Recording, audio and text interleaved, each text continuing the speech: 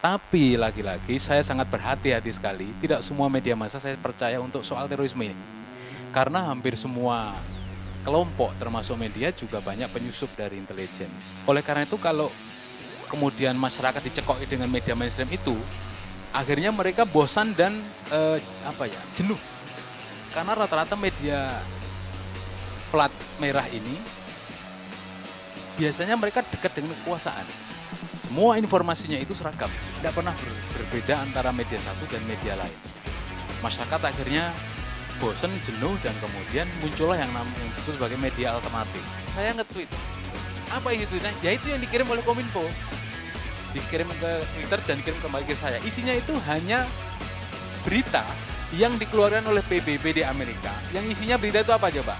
Mulai tanggal 15 Maret sejak 2021, PBB mengajak kepada semua negara untuk melawan Islamofobia. Itu deklarasi PBB. Kominfo kemudian mengambil link Twitter saya, dikirim ke Twitter, Twitter langsung men-tag-kan sumber itu. Kesimpulan saya ini, kemungkinan selama ini yang terjadi bukan Twitter yang mematikan kita. Lawyer ngomong ya, saya nggak usah ngomong ya.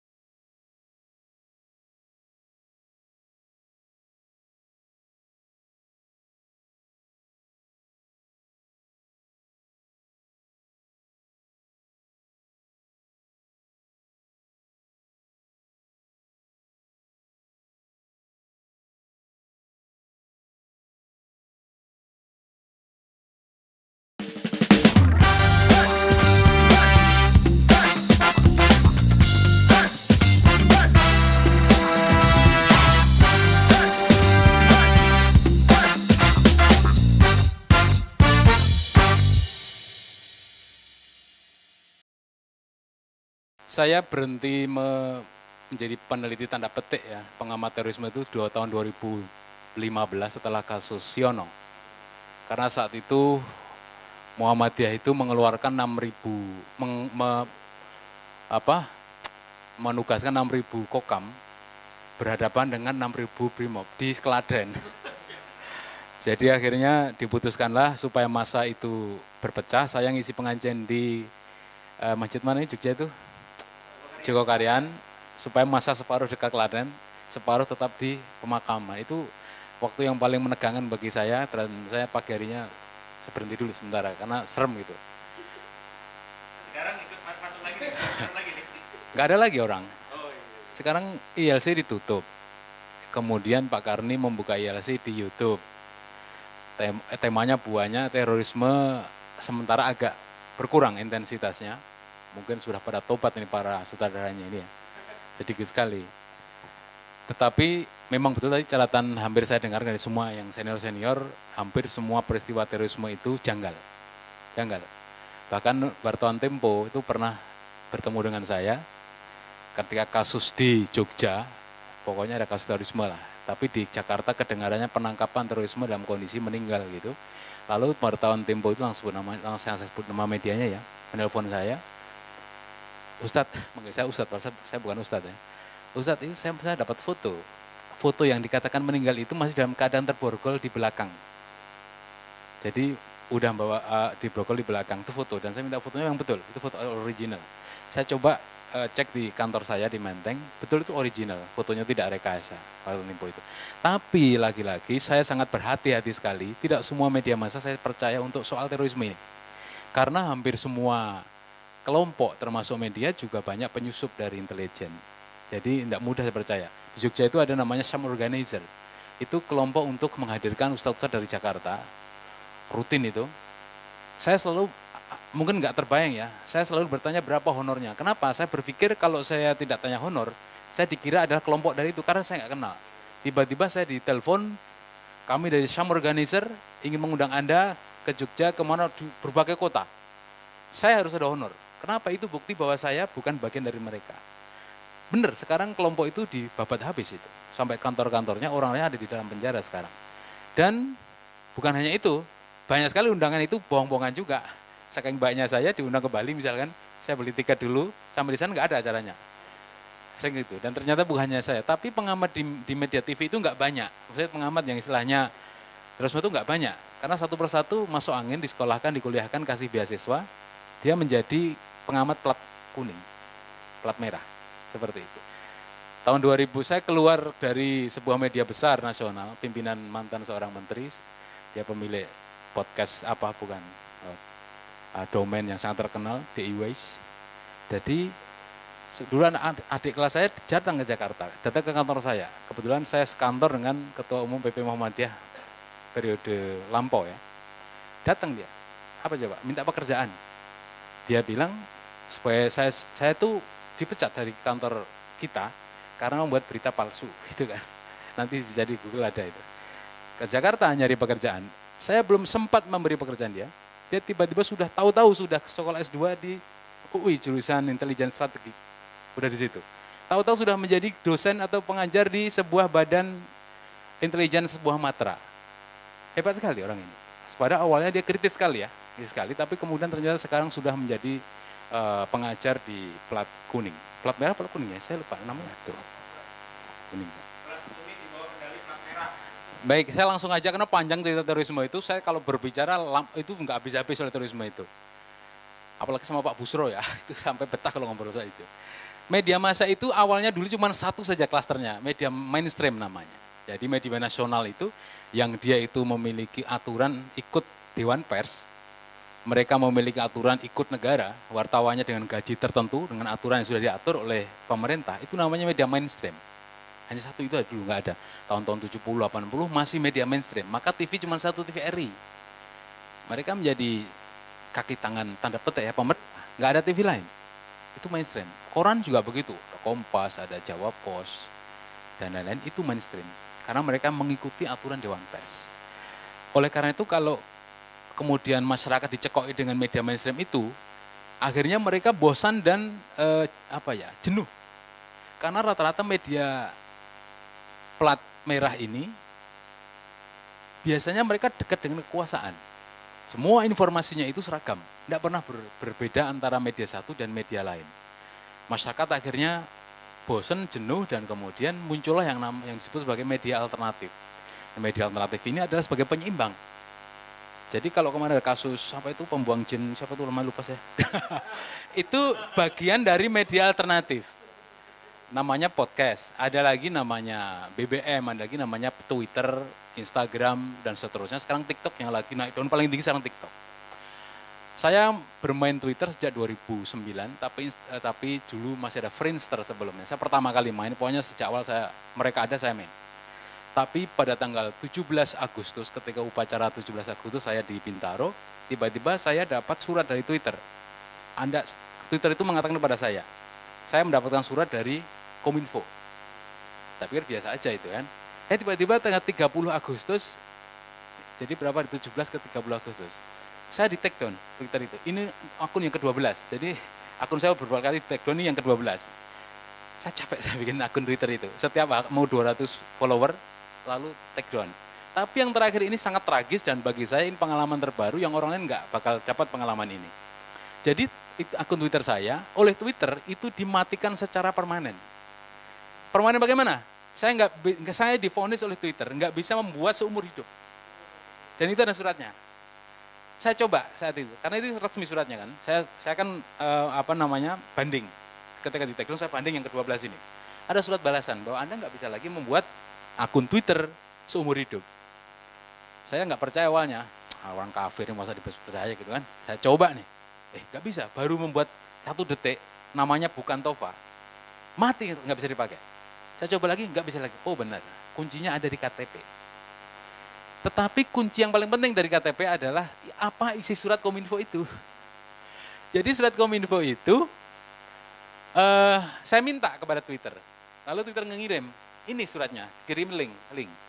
Lalu yang saya buka, loh, ini surat link ini berisi adalah cuitan saya di Twitter setelah deklarasi GNI, nah, lagu tadi, deklarasi Galaksi apa GNI, Om Feli, Om Feli apa?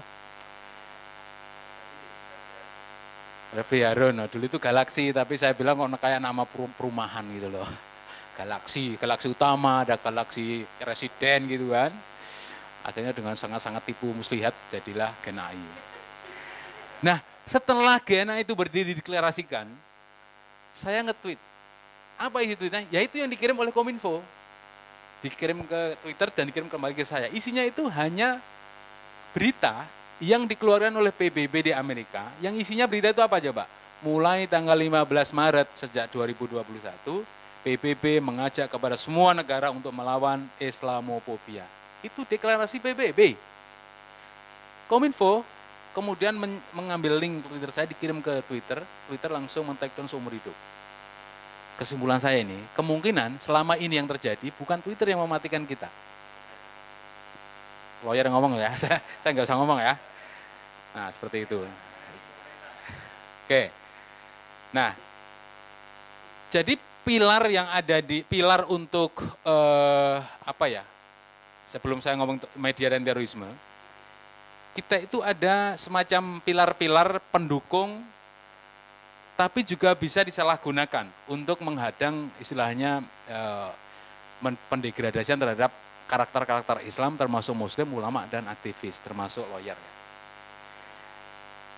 Karena ulama-ulama kita itu tadi disebut warasatil anbiya, tidak ada nabi lagi, Rasulullah ya. Di Indonesia itu saya tahu ada 5 nabi nggak pernah sukses itu di Indonesia itu.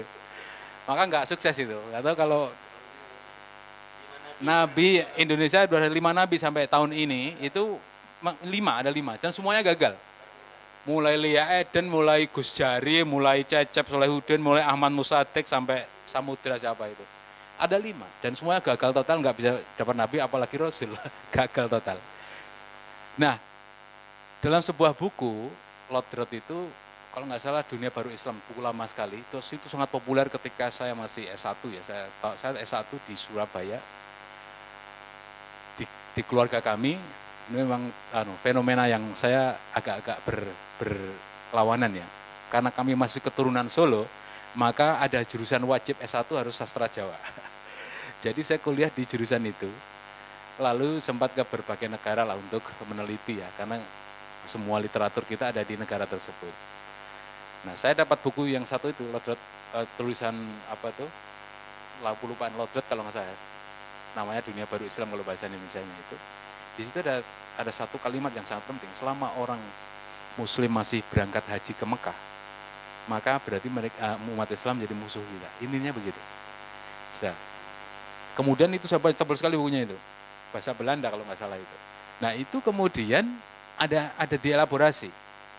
Intinya adalah kumpulan-kumpulan orang Islam itu ditakuti sama mereka. Pertama, sholat jamaah 5 waktu, sholat Jumat, lalu sholat subuh itu 5 waktu, sholat Jumat, lalu Idul Adha, Idul Fitri, ada umroh, dan terakhir adalah haji, di mana jutaan orang berkumpul di Mekah. Tapi khusus di Indonesia, ini saya tambahin dari buku itu, ada yang takuti apa coba, perkumpulan apa? 212. Jadi tambahan kalau negara kita itu, karena di situ 7 juta lebih orang berkumpul tanpa dibayar.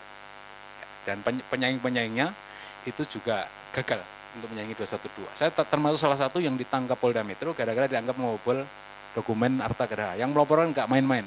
Namanya sangat terkenal sekali, keturunan, dan saya dipanggil cuma 2 jam saya diperiksa karena saat itu saya membantu IT tim salah satu calon di DKI dan bapaknya presiden. Jadi kayaknya nggak terlalu berani untuk sampai lebih dari 2 jam. Oke, kembali ke media. Jadi media alternatif itu akhirnya muncul secara terpaksa karena media mainstream itu bermain tanda petik, mereka beritanya itu aja, dekat dengan kekuasaan, dan mereka selalu mendukung apapun program pemerintah. Maka muncul media alternatif. Media alternatif ini tahun 2016-17 saya berkelahi di depan di layar TV One dengan BNPT maupun dengan Kominfo karena hampir semuanya media Islam online itu tutup dengan alasan sekalian menutup media porno.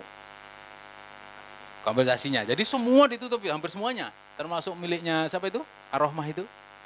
Si Jibril tutup juga, gonta-ganti tuh, mulai .com, .net, .info, apa, habis semua domain itu, semua ditutup. Nah, di Kominfo itu ada dua kelompok yang mereka sengaja bikin namanya whitelist sama blacklist. Whitelist ini adalah semacam menyetujui bahwa ini website, domain, atau itu, maka namanya whitelist, putih. Tapi ada kelompok satu lagi untuk koreksi mereka namanya blacklist. Dia bisa blacklist, bisa tentang bahwa itu nggak bagus, bisa dicabut, bisa dicoret, seperti itu.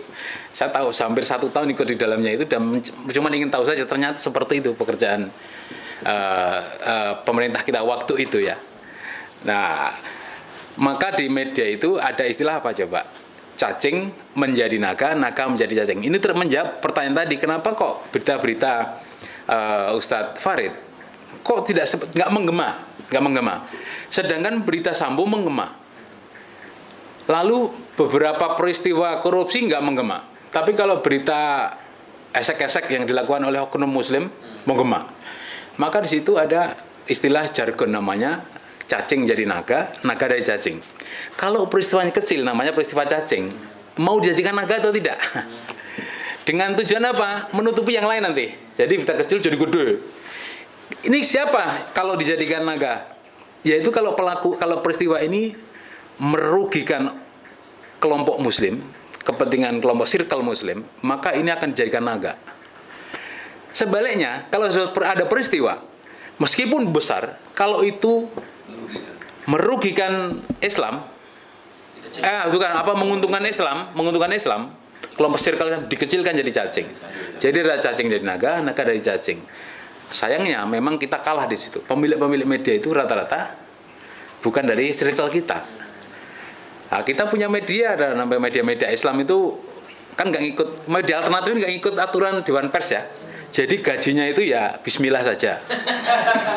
Terus, jadi kalau ngeliput-liput kayak gini ini, jangan tanya berapa akan dibayar. Tapi itu dulu saya nggak tahu kalau sekarang ya, karena perubahan zaman ini juga merubah pemikiran orang. Saya nggak kenal saudara Khosinuddin, gitu kan? Awalnya nggak kenal memang ya, dan saya di Muhammadiyah itu memang tidak semudah, maksudnya pergaulan dengan kelompok-kelompok lain itu nggak semudah ormas lain. Kami sebagai garda terakhir untuk menjaga. Ketika yang lain dihajar, Muhammadiyah nggak ikut-ikutan dulu. Saya juga begitu, maksudnya ya saya nggak bergabung. Maka saya Mas Edi, saya nggak bakal connect, karena tim saya punya tim kecil ya. Setiap yang saya sentuh masuk penjara dia. Egi masuk penjara. Lius Sungkarisma masuk penjara. Saya masuk seminggu. Siapa? Iya, tadi saya ceritakan. Saya tidak berkomunikasi dengan dia. Kenapa? Saya nggak mau ada catatan digital itu berkonek dengan dia. Apa saya nggak tahu? Tahu, saya teliti dia. Lah sayangnya dari kelompok-kelompok circle kita itu ada yang mudah masuk angin gitu. Yang media inilah. Jadi mereka kan kalau di Al-Quran itu, kalau nggak salah di Al-Baqarah di awal-awal itu kita dibagi 3 nih. Kalau mukmin, kafir, munafik. Yang golongan ketiga ini loh yang saya nggak bisa membedakan mana sih teman saya yang benar yang mana. Kalau orang mukmin kan pastilah Ghosuzana ini mukmin lah, dia baik sama saya seumur hidup, bagus terus, positif lurus terus, kecuali yang tidak. Ya kafir pasti. Dia bukan Islam, menolak Islam, pasti di hidupnya berseberangan. Tapi yang munafik ini, saya nggak tahu ini teman-teman saya ini yang mana yang munafik, karena sama pecinya kayak Pak Ismar juga. Sholat juga 5 waktu, zakat juga, sama saya juga sering ketemu di TV One ngomong soal membela Islam, tapi ternyata di belakang itu mereka kumpul dengan kripo, dengan pendek, dengan seperti itu. Nah, sekarang gampang. Sekarang kalau dulu susah, belum ada istilah circle ya. Sekarang gampang. Misalkan siapa itu namanya yang terakhir ini yang ngomong soal UAS ini siapa namanya? Oh ini Islah Bahrawi. Islah Bahrawi, apal bang namanya? Islah Bahrawi. Awalnya kita kagum, wih keren. Tapi begitu dia foto bersama dengan Denny, dengan Kripo, ya itu circle dia. Udah pasti kita ketebak. Oh berarti dia circle mereka. Gampang itu. Saya cari di Twitternya. Yang pertama dia bikin dan dia nggak bisa masuk login lagi. Ternyata dia nulis di bio-nya itu, aku adalah Muslim liberal. istilah baru itu. Banyak orang ngasih data ke saya soal mereka-mereka itu. Salah satunya adalah, oh dia tuh mantan napi. Ya adalah ngasih data ke saya itu dari orang yang tahu betul, tahu. Dia diakui. Dia pernah jadi ahli di kasus urat Oh gitu ya. Iya, jadi Ya. ahli. Jadi ini Ahli yang memberatkan Ustaz. berat saat. Ini ngatati loh, kan ini kan live kan. Jadi saya setiap ceramah di masjid saya tanya ini panitia DKM nih. Ini live apa enggak? Enggak, kalau live hati-hati banget. Oh enggak live, tapi direkam enggak? Rekam, hati-hati lagi. Terus ada yang ngomong begini, enggak kok ini internal aja gitu. Kalau internal itu terbuka ngomongnya apa adanya demi kita semua itu. Seminggu kemudian, sepekan kemudian nelfon panitianya. Ustaz ini bagus sih kalau saya upload di YouTube gimana? Waduh, serem banget itu. Jadi sekarang hati-hati karena produk kita di masjid itu menjadi produk internasional ketika kemudian ini diupload di media sosial di YouTube. Yang nonton seluruh Indonesia dan mohon maaf nih, musuh-musuh kita ya, termasuk para mungkin cyber gelap yang ingin menjerat kita. Ya, mereka punya terapan politik ya, politik. Jadi politik penjebakan. Mereka akan meliti suara-suara kita di media sosial. Jadi rekaman saya tahun 89, 72, berapa itu? 92 sampai 2022 itu dia download di mana? Di server. Kemudian dia teliti isi-isinya. Yang kira-kira mana yang melanggar ITE. Makanya karena kita nggak ngerti, saya juga nggak ngerti mana yang munafik, mana yang enggak. Islamofobia itu terkait dengan terorisme, karena akar-akarnya dari sana Islamofobia itu, maka apa istilahnya? Penyusup-penyusup ini nggak bisa kita ketahui dengan jelas, karena mereka bekerja dengan dibayar atau dikendalikan oleh kelompok-kelompok. Saya selalu bilang terorisme itu ada karena ada sutradara, ada pendana, ada pelatih, ada operatornya. Tanpa itu nggak akan jalan. Dan mereka ada anggaran ya. Kalau nggak ada anggaran, mana mungkin mereka bisa membuat bom, kemudian tiba-tiba ngebom kemarin. Apalagi kemudian bagaimana sutradara itu merekayasa bom, suami, istri, anak meledak dalam waktu bersamaan di Surabaya. Tidak mungkin mereka bisa mengatur sendiri kan? Tidak mungkin. Bagaimana bersamaan? Dan saya ikut menjadi tim TPF di sana. Saya benar tahu masalah, tapi saya tidak saya keluarkan karena itu menyangkut rasa sangat besar sekali. Nah, saya nggak kaget ketika kemudian orang-orang seperti circle tadi itu orang Islam tapi benci Islam. Awalnya itu hanya orang kafir benci Islam. Tapi karena banyak orang-orang yang bekerja untuk mencari duit demi dapur dan lain sebagainya, maka mereka meskipun Muslim mereka benci dengan Muslim, termasuk dengan ulama. Dan media massa ini menjadi kuncinya. Kenapa? Dewan Pers itu sudah mengeluarkan aturan-aturan bagaimana media itu harus ikut aturan itu ketika meliput terorisme. Misalkan yang pertama, karena terorisme itu adalah kejadian extraordinary crime ya terhadap kemanusiaan, maka wartawan itu tidak boleh dalam beritanya mengaitkan pekerjaannya atau perbuatannya itu dengan agamanya. Tapi faktanya selalu. Dan itu dengan kemasan-kemasan tertentu, nggak langsung ngomong dia Islam, nggak gitu. Dia pelaku ini rajin sholat, selalu menggelar pengajian setiap malam Jumat. Mereka itu berkawan dengan Edi Mulyadi, ya, gitu kira-kira begitu. Selalu menyebutkan seperti itu. Mereka aktif di jamaah tertentu di pesantren Solo. Maka kemudian muncul yang akhir-akhir ini ada epicentrum terorisme namanya. Kalau kota ini sudah diungkapkan di kelompok tertentu ya. Kalau kota Solo sebagai epicentrum terorisme. Kalau kota pesantren adalah Ngeruki, lawyer Kozinuddin. Jadi sudah dikelompokkan seperti itu.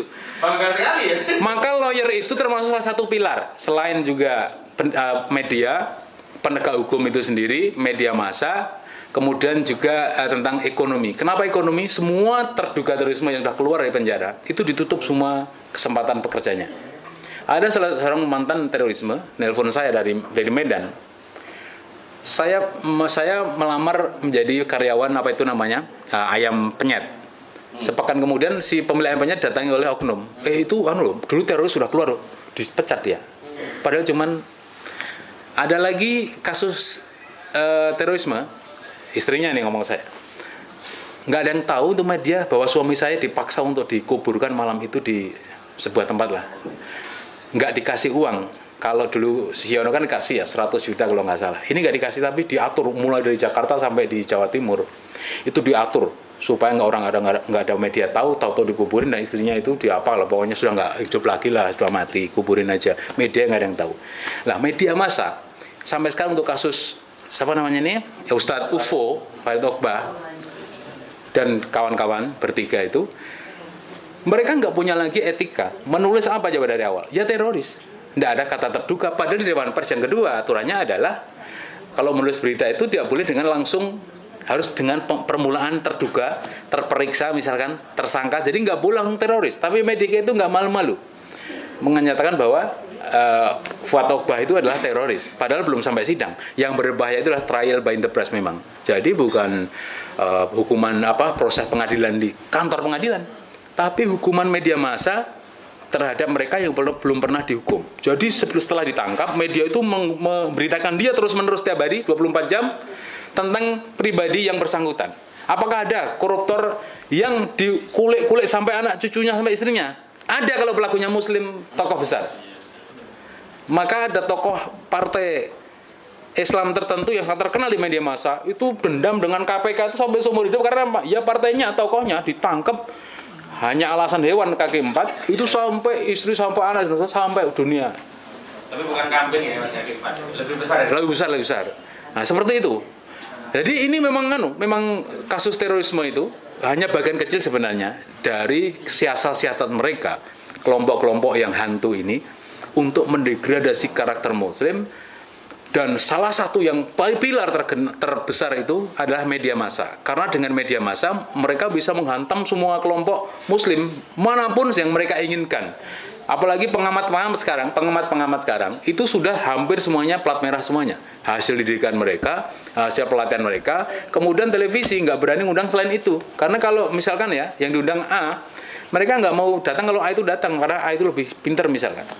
Nah, seperti itu. Jadi siasat-siasat ada di mana? Termasuk media. Media massa ini yang paling tinggi pilarnya dalam rangka untuk meluluskan rencana itu. Nah, yang terakhir, salah satu pilar itu kan penegak hukum. Saya sering bertanya di media massa itu, polisi muslim kita di mana? Hakim muslim kita di mana? Jaksa muslim kita ada di mana? Kok jaksa muslim kalau di terorisme ya kayak gitu sama dengan yang tidak muslim, sama aja. Jadi ini, saya ini terakhir saya omongin ya. Saya juga bertanya, lawyer muslim kita yang biasa terkenal di media massa untuk mendampingi terorisme, sekarang pada di mana? Kenapa kalian sekarang muncul? Itu yang lama-lama di mana itu? Mana kita tahu? Saya pengen Anda berkumpul dengan mereka, maksudnya yang mereka cari dong. Kok sekarang pada hilang-hilang kemana gitu kan? Saya beberapa kali jadi saksi ahli di terorisme, ataupun kemarin Roy Suryo sama Pak. Barangkali sudah terbina. Saya nggak tahu. Tapi maksud saya ini mungkin ini PR bagi kita. Yang hilang-hilang ini tolong Mas Kozinudin dihubungi silaturahim. Kembali yuk kita berkumpul kapan-kapan, berkumpul suatu tempat. Nah, saya itu terakhir lagi menutup. Kalau dia ada alat gitu loh, yang siapa yang canggih teknologi, bikin alat kayak tester gitu loh. Misalkan gini, munafik. Muslim, itu enak itu. Halal, haram. Tapi untuk kita bukan hal haram itu aja. Munafik. Momen munafik ya, ketawa jadi kayak gini kayak muslim di tester munafik ternyata gitu kan. Nah, pengalaman ini terakhir lagi penutup Pak yang bukan Pak siapa namanya Pak Sambo Ya, dari Sambo. kemarin ditanya kenapa lu bilang rencana lu itu apa namanya skenario memakai tembak menembak. Jawaban dia sangat pelan, dia ngomong karena saya Perkap 1 2009 yang menyelamatkan aparat itu adalah jika kita melindungi nyawa aparat dan juga masyarakat. Maka di skenario-nya adalah tembak menembak. Saya jadi ingat kilometer 50 kan. Nah, seperti itulah, pokoknya begitulah. Sebenarnya ini kasus Sambo ini menjadi pelajaran kita semua. Kita dapat mengambil pelajaran sebanyak-banyak terhadap kasus ini. Dan kalau Mas Kozinudin nanti bisa mengumpulkan itu semua, itu menjadi novum untuk kilometer 50. Saya kira itu. Itu saja pembukanya. Terima kasih. Assalamualaikum warahmatullahi wabarakatuh.